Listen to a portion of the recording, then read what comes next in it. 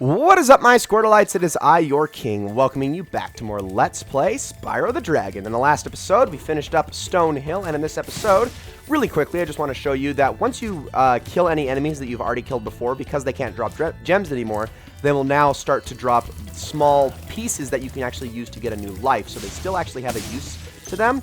As you can see, I'm starting to slowly fill up this circle that's around Spyro's life counter, and once that completes, I will actually gain a new life. So that's the use that enemies have in respawning in areas where you've already killed them. Now, before we go any further, I would like to take the time to actually show you guys some of the cheat codes that can be gotten in this game, or done in this game, excuse me.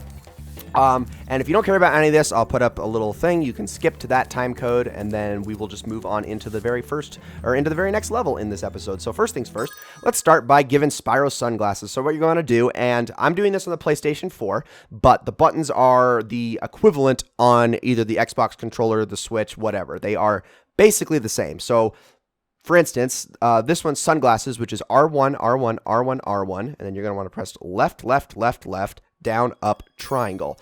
Now, obviously, the parallel to that is going to be right bumper, left, down, up, and then Y on the Xbox controller. And then there you go. Boom, you got Spyro with sunglasses, which I think looks rad. I absolutely love it. We are totally going to be running around with some of these cheat codes in tow. Let's go for another one. Let's go for Retro Spyro.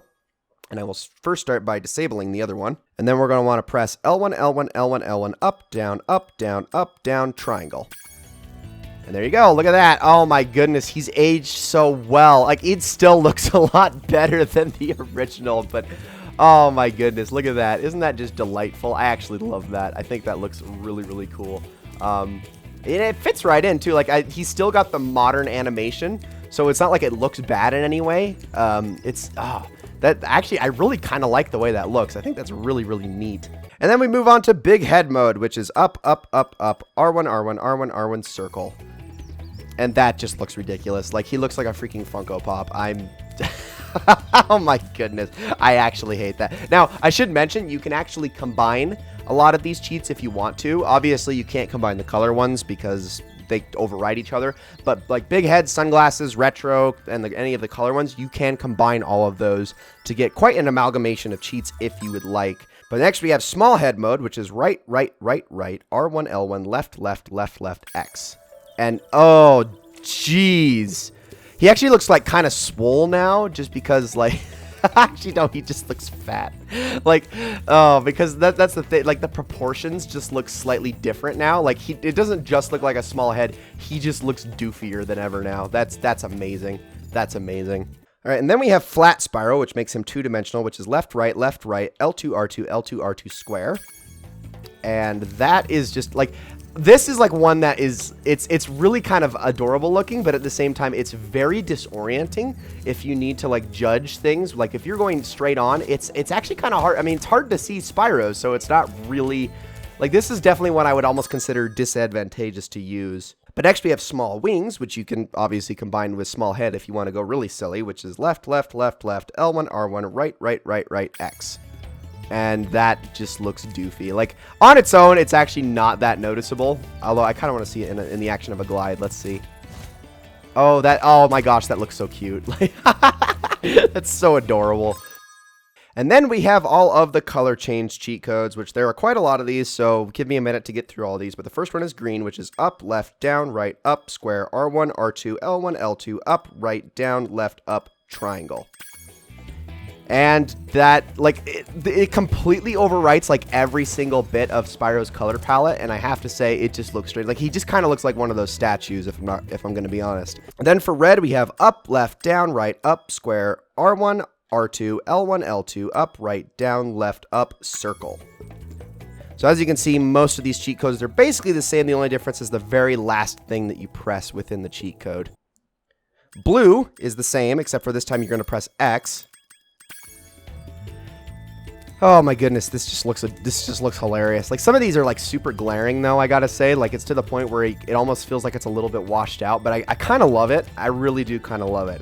For pink, it's the same thing, except for this time we're gonna press square. For yellow, it's the same, except for this time we end with up.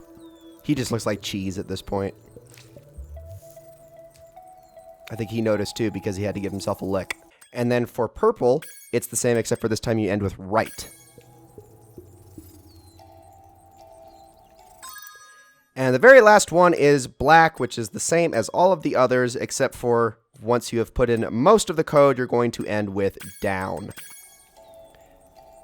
And this time he just kind of like, that is the exact same color that he looks when he actually gets like charred by lava in this game. Like it's honestly perfect. I actually love all these, and we're definitely going to be playing around with a lot of these. I think we will stick with this one for this episode, though. Might as well. So let us head on into the very next level, which we are going to be heading on into the gardens to get to. And this one is called Dark Hollow.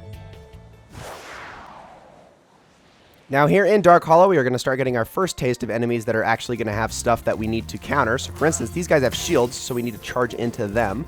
Like I said, if you use fire, it just will bounce right off of them and won't do a darn thing. So we also have different indigenous creatures in here, which now this time it's frogs. Just to give you an idea, it's not always sheep. It's not going to remain 100% consistent. So for instance, right there, like these guys are really big, so you can't charge into them. You have to use a fire attack. They still only take one hit, very, very simple. But you just need to, like I said, you just need to kind of weigh your options at all times. You need to understand what is necessarily going to work against one enemy and what isn't going to work. And of course, I will be healing Sparks right after this fact. Because I kind of have to show, I have to give you guys a demonstration of how it works, but at the same time, it's like, it's Spyro. I'm pretty sure everybody knows. Like, but I don't want to, like, discredit, you know, the people that don't know, because obviously, like, I've never played Spyro, and I imagine there's plenty of other people that haven't played it as well, despite the fact that it is, you know, such a timeless classic, and it is so beloved by so many people. Like, even I had, like, plenty of friends growing up who have told me all those, like, they always said, oh, yeah, I grew up playing Spyro a lot. Like, well, see, I didn't grow up with that, but I did grow up with games like Banjo-Kazooie, for instance, and I'll get rid of you. I did grow up with Banjo-Kazooie, and I grew up with Paper Mario, so there were some mascot, like, based ones that I did grow up with, and I do have very fond memories of. Heck, I even did grow up with a couple Sonic games, even though I don't necessarily have that high of an opinion of Sonic now. Get out of here. Sir, you need to go too. These guys will attack you, by the way. The shield guys, like, don't think they're completely harmless just because they're running away from you at all times. If you do hesitate too much, they will hit you with their sword, and yeah, that's no fun. Get out of here. You do need to be a little bit quick with your breath attack sometimes because, like I said, those enemies, they do strike pretty quickly sometimes, so it can be a little bit of a problem. But we've already reached the end of this level, but I mean, of course, there are still areas we haven't yet explored, so we are going to be doing a lot of backtracking, and you're going to find that in most levels. I don't think there's really ever going to be a level where you're going to complete it all in just one run through. So typically, once you get to the end, get prepared to then whip right back around and start doing a bunch of exploring throughout the level. Like, for instance, I only have half of all the gems here. I'm also missing a dragon, but I do not think there is a dragon egg in this level, although that was genius on my part. This level is a little bit less involved than Stone Hill, but yeah, that's okay. Some of these levels are going to be pretty short. I am going to still try to keep all the levels to one per episode. Oh, excuse me, sir. So then we have this guy, which we need to actually wait for him to turn around, and then we need to breath attack him. So, but the thing is he really can't hurt us, so just kind of wait for him. Yeah. Turn around. There we go. And piece of cake, just like that. Okay, so jump up here, and I can stop crashing my head into things. There we go. Did we get him? Oh, no, I didn't think we got him for a second because he turned around at the last second. Now I was wondering if it wasn't going to actually give me credit for that. But no, we got him. Well, let's rescue the last dragon here in this level, which you're going to always... I believe you have to do that. Like, I don't think you can get out of a level without rescuing every single dragon.